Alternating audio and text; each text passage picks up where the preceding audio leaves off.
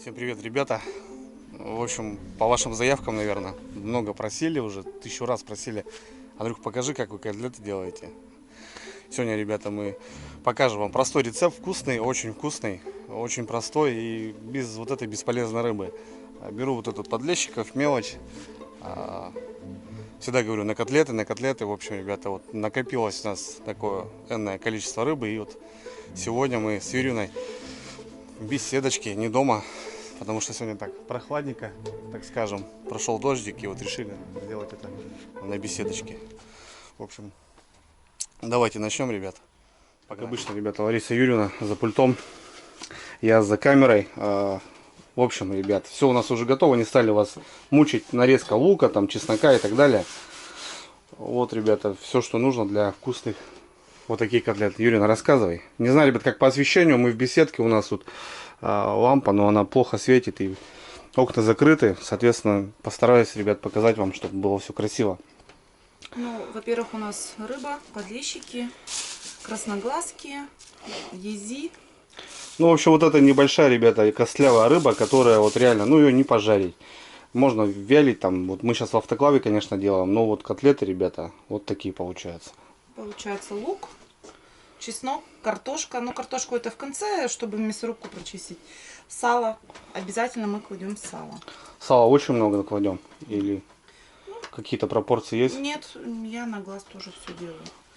Хлеб, батон я замачиваю в молоке, то есть стакан молока, грубо говоря. Они получаются нежные, пышные. Соль, Перец. ну, по вкусу, да, понятно. Да. Ну, самый, ребят, важный ингредиент это вот именно сало. Да. Сало простое, это даже, ну, не с мясом. Она продается, не обязательно где-то искать, там, вырезать. Наверное, стоит копейки. Так что все, погнали, ребята. Вот Юрьевна приготовила. Это все делается на глаз, просто примерно вот покажем вам, как мы готовим. И вот реально очень получается круто. У нас помощница. Раньше все это крутили вручную, теперь у нас есть электрическая мясорубка. И даже электрической мясорубки Юрьевна прокручивает 2 раза, да, Лариса? Да, 2 раза. Потому что косточки все равно твердые. Чтобы они хорошо прожарились, я прокручиваю фарш 2 раза. Это обязательно. Ну, рыба получается без костей, все равно какой-то позвонок ты убираешь, правильно? Да, вот немножко убрали уже. Вот, ребята, наглядный пример, это вот отходы от рыбы. Да, это вот Хребет, голова, плавники, хвосты, это не идет. Да. Чисто тушки. Ну, понятно, вот такая мелкая рыба, вот такие густерочки, ребята. Ну, это понятно целиком. Тоже без головы, без хвоста. Вот целый пакет. Там у нас еще пакет. В общем, разморозили все как я вам говорил на рыбалочке, что вот разморозили. Это что-то у мамы, что-то мы. У нас дома было у себя. Соответственно, сейчас всю рыбу эту обрабатываем. Просто обрабатываем. Вот показывают, как Юрьевна подчищает, так скажем. Приготавливаю тушку. Вот все плавнички, ребят, все это срезается. Хвост срезается, голова срезается. И чисто как будто бы филе. Ну не филе, но все равно косточки какие-то есть. Соответственно. А так мы делаем, ребята, с плотвы, с щуки. С плотвы мне тоже очень нравится. Единственный момент, что много мороки вот с мелкой рыбой. Она, понятно, очень вкусная, сладенькая, но это каждую рыбейку надо почистить. Каждую почешуить. Много времени занимает, ну оно того стоит. В общем. Вот такие тушки, ребят, видите? Лариса срезает. Вот. Это вот пойдет уже на котлету у нас. Ну, это только у больших рыб да. я срезаю, потому что... Это только у больших, ребят, то бишь, ну вот. Относительно вот такой рыбы, естественно, что там срезать? И она идет целиком, без головы, без хвоста. Ну, как-то так. Что, сейчас готовим рыбу. И начнем крутить. Начнем крутить, да.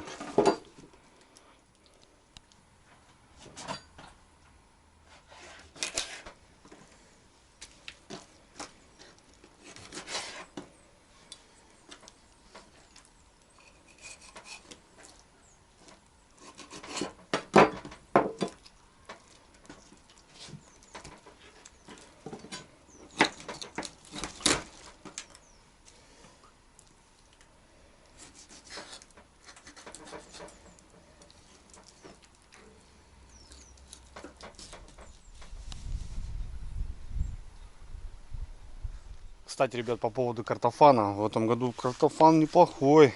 Даже уродился. Мы обычно вот всегда на 2 августа пробуем первую свежую картошку. Вот, и тут 3-4 кустика Алена Сергеевна копанула. Вообще вчера запекали свежую картошку. Блин, вкусно. Ну, хорошая картошка, ребят. Ну, если средняя, если крупная, сейчас покажу. Смотрите, какая картошка. Это уже свежая картошка. Ну, в целом, мне кажется, урожай будет хороший. Вот, и у нас, кстати, на котлеты пойдет уже свежая картоха. Вот. Правда, лук не свой, но в целом скоро и лучок уже поспеет. Пока Лариса обрабатывает рыбу, хотелось, ребята, вам показать обновочки для экспедиций, для рыбалочек. Па-бам! Вот такой, ребята, изотермический контейнер Арктика. 40 литров. Давно мечтал о такой штуке. Вот в лодку положить или там в мотособаку в корыто, там без разницы. В общем, это экспедиционный, как стол идет, блин. Очень крепкий и может сидеть здесь до 100 килограмм. Да-да-да, вот тут даже, видите, ребята. В общем, это контейнер, холодильник и, я не знаю, и под что угодно. Очень крепкий, ударопрочный корпус. Вот здесь даже, ребят, немножко показано, что он 100 килограмм выдерживает вертикальной нагрузки. Ударопрочный, герметическая конструкция. В общем, туда не попадает ни вода, если там под дождем или под снегом. Вообще крутая вещь, ребята. Вот такие 2 ручки здесь присутствуют. Есть, ребята, сливной клапан. Но если, допустим, занимаемся там рыбой или еще чем-то, можно не открывать, а вот именно слить. Потому что если он полный, он будет тяжелый. Вес, ну, я бы не сказал, что такой прям тяжелый. Вот такая крышечка, ребята, смотрите. Но здесь у меня не все. В стороночку пока. Вот такая крышка. Присутствует, кстати, маленькая крышка. Можно не открывать, не тратить, не запускать тут теплый воздух. Положить рыбу или достать продукты. Вот так вот. Ну и получается, можно прикрутить индикатор холода. Вот, замороженный. Видите, тут есть специальный болт, типа под резьбу. Вот таким образом. Ну, наверное, все давно уже знают, что не обязательно иметь индикатор холода. Просто замораживаешь там бутылку, полторашку там воды, ложишь в термоконтейнер, и у тебя сутки она потихоньку размораживается. Соответственно, и тем самым придает холод всем продуктам, там, рыбе, неважно. А эту воду потом, впоследствии, если она растаяла, также выпил там или что-нибудь еще. Вот такая, ребят, система, смотрите. Он получается двухслойный сам по себе. И там у них двойная стенка, видите, из прочного пластика и с прослойкой полиуретана. Как-то так, в общем, ребята, тема классная. Есть различные литражи. У меня вот 40, есть там до 100, что ли, я не знаю. Ну, в общем, загрузил сюда продукты. Здесь же и столик, и все что угодно. Я, в общем, Арктикой пользуюсь давно уже, именно термосами, ребята. И сумка у меня Арктика есть. Соответственно, почему выбор упал на пацанов именно сразу? То что, ну, качественные вещи они делают. Вопросов нету. Сумка-холодильник, ребята, у меня развалилась, и я заказал себе новую сумку. Вот такая, ребят, смотрите. Ну, она такая более туристическая, зеленого цвета. 13,5 литров. И она как бы кемпинговая. У меня тоже так кемпинговая на 4 персоны. Здесь идет посуда. А в данный момент на 3 персоны. Хотел заказать на 4, но у них не было, к сожалению. 3 ложки, 3 вилки, ребят, 3 ножа, 3 стакана, 3 тарелки, дощечка разделочная, перцовочница вот эта, и даже штопор есть. Вот у меня точно такая же, ребята, видели, наверное. Только она у меня уже, конечно, вышла из строя. Сколько я с ней ходил, блин. В общем, ребята, новая сумочка. Ну, это получается, как эта тема работает, ребята. Все вот это летом делается для того, чтобы сохранить продукты, чтобы здесь был холод. Ну, а зимой, ребята, это делается для того, чтобы сохранить, чтобы здесь было тепло. Если сюда положить теплые какие-то там домашние, там хлеб, там, я не знаю, там еду какую-то домашнюю там в контейнерах и закрыть, и там тепло сохранится. И даже если мы будем на морозе, то там будет тепло, ребят. В общем, вот такая сумочка у нас новая. Тут еще кармашек, смотрю, есть отдельно. Круто. В общем, новая сумочка. Это хорошо. Та у меня уже по швам. Ну, я бы не сказал, что она развалилась сразу. Она у меня, блин, сколько она со мной была. И зимой, и летом. Вот, 13,5 литров. Я взял чуть поменьше, та чуть побольше, но достаточно. Достаточно. И спасибо ребятам. Я термос не заказывал, ребята. Они мне сделали подарок, как бонус. Вот такой термосок. У меня тоже, кстати, термос от Арктики. Очень мне нравится и всем рекомендую. Андрюха, что подскажешь по термосу? Я говорю, Арктика вообще. Такой же точно, шуршавенький, только синий. У меня тут зеленый и получается у меня еще с сеточкой. Тут без сеточки. Ну, чтобы заварной чай заваривать. Очень, конечно, удобно. Если термоса, ребят, то только вот с шлюзовой крышкой на резьбе. Никаких клапанов. Намного это дольше сохраняет тепло. Да, двойная, ребята, крышечка, чашечка. Можно вдвоем попить. И получается у нас на 0,9. Ну, то бишь литровый. У меня там 1,2. Но есть еще у меня 2,2. Большой. Спасибо ребятам за такой подарочек. Термоса реально, ребят, хорошие. Ну и в общем, вот прибарахлились. Сейчас у нас новая сумочка. Ну вот мечтал еще именно, ребята, о таком термоконтейнере. Вообще вещь крутая, конечно. Так что теперь наши вещи, продукты будут, так сказать, в безопасности. Всегда будет у нас горячий чай, холодная там, не знаю. Ну, вы меня поняли, ребята. В общем, красота. Ну все, друзья, у нас все готово. Точнее, Ларисы Юрьевны. Замочила я. Потом. Хлебушек? Да. Молочком? Да. А почему именно обязательно молоком? Ну, более нежный вкус. А яйцо не добавляется? Про яйцо мы забыли. Да? Ну, Да. яйцо же дома есть. Сейчас принесем яйцо еще, да. В конце фарш положим. Перед замешиванием. Что, будем крутить? Да? Угу. Что, какая-то очередность есть или нету? Всего по чуть-чуть сразу. То есть рыба, лук, чеснок. Ну, то бишь не сало. сначала рыбу, там потом это, а как бы она и перемешивается, Чередуем. да, чередуется. Чередуем, да. Все, готовим, ребята, технику и погнали.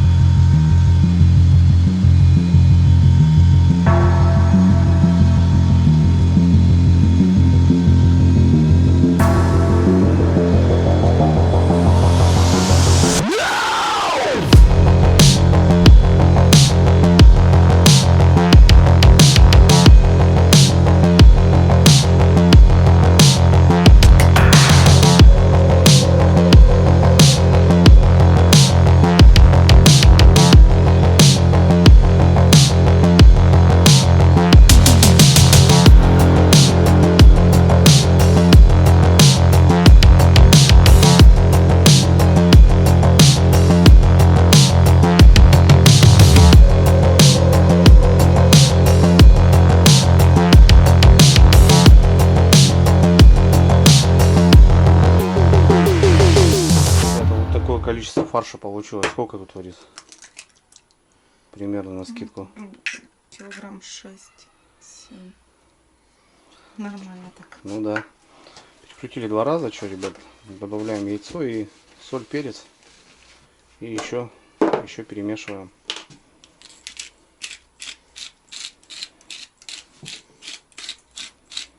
Нормально, да, получилось. Вот такая, ребят, несуразная рыбка вроде. Понятно, что это не сразу, но вот с рыбалками она накапливается, и вот такой продукт. Здесь нормальный котлет получится. Давай. Угу. Как раз покушаем, всех угостим.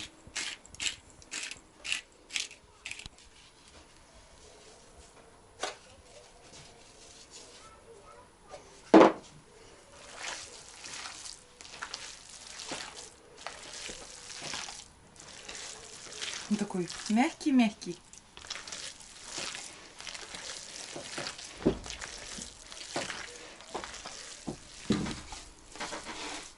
Фарш хорошо перемешиваю. Он уже, кстати, густеть начинает. Все ингредиенты перемешались. И просто уже можно лепить. Уже точно знаешь, что котлеты не рассыпятся на сковородке. Ну а муку там ничего, панировочные Нет, сухари? Я не Ну это же добавляю. можно на любителя, да? Ну, можно, конечно. Кто муку, кто манку добавляет. Я Ну ничего рыбные такого котлеты, не они делаю. должны быть рыбные, да, мне кажется, слышишь? Я ничего подобного не добавляю. Просто хорошо перемешать, и все. Ничего с ним не станет. Ну реально, он все лепится, он классно. Люля сделаем рыбные. Нифиг делать. Отобьем сейчас еще так. И можно люля делать рыбные. Естественно, ребята, мы сразу опробуем.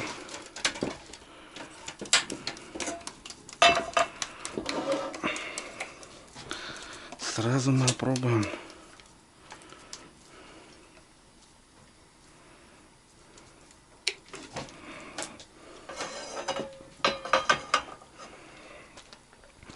Че, масляные, да, руки? Жирные? Да. Вот это, ребята, это самое главное, сало. Котлеты получаются жирненькие, сочные такие. Красота, в общем.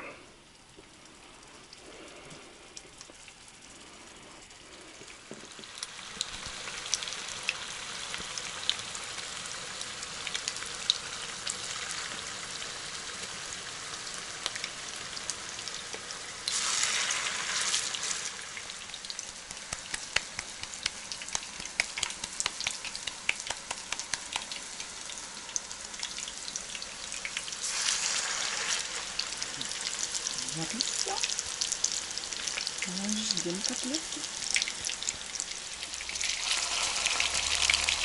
Красота, да? Вообще.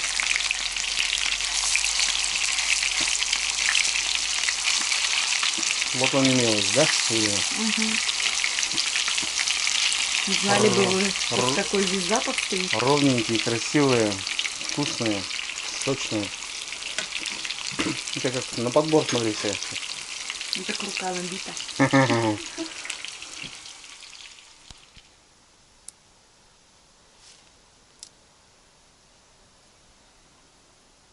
Что, будем пробовать? Да. Маманя, привет передавай, Алена Сергеевна. Вон, друзья, смотрите, собрала крыжовник, горох деткам. Давай. Ну что, пробуем? Давайте. Ну, я уже знаю, ребят, что они очень вкусные, сочные. Нам нравится именно вот так, таким способом. С укропчиком. Ну-ка. Что, на соль? Все на глаз? Угу. Нормал? Все, мам? Да. То, что нужно? Да, вроде все хорошо, вроде вкусно. Все. Будем кушать.